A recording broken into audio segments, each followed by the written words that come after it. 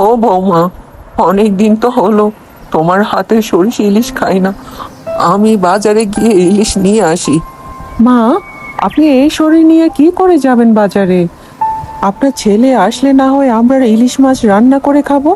কি বলেন মা?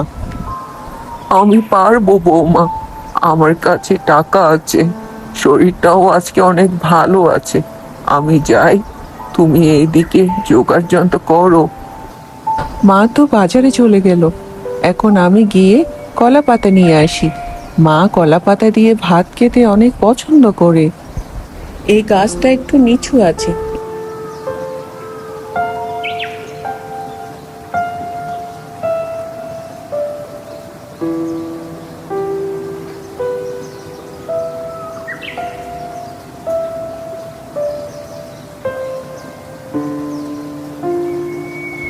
বুড়িমা, তুমি কি নিয়ে যাচ্ছ?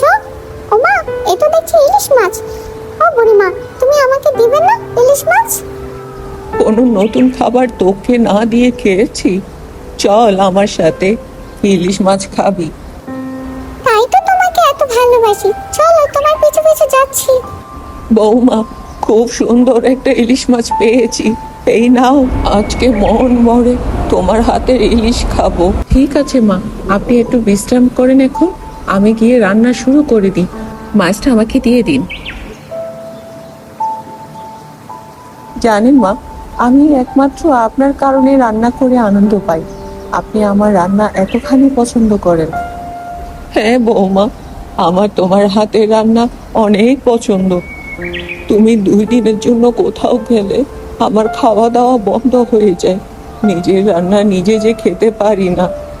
ভাগ্য করে এমন একটা বৌমা পেয়েছি। তরকারি ঘ্রাণে আমার পেট ভরে গেছে। বৌমা, আজকে তো মনে হয় আমি অনেক ভাত খাবো। অবশ্যই খাবেন মা, আগে খেয়ে দেখুন তো আমার তরকারি কেমনটা হয়েছে। হ্যাঁ হ্যাঁ, ঠিক ঠিক, আগে তো খেয়ে দেখতে হবে। আমার যে আর বয়স হয়েছে না, আমাকে খাবার দাও। আমারও খুব ক্ষুধা পেয়েছে, অনেক খাবো আজকে।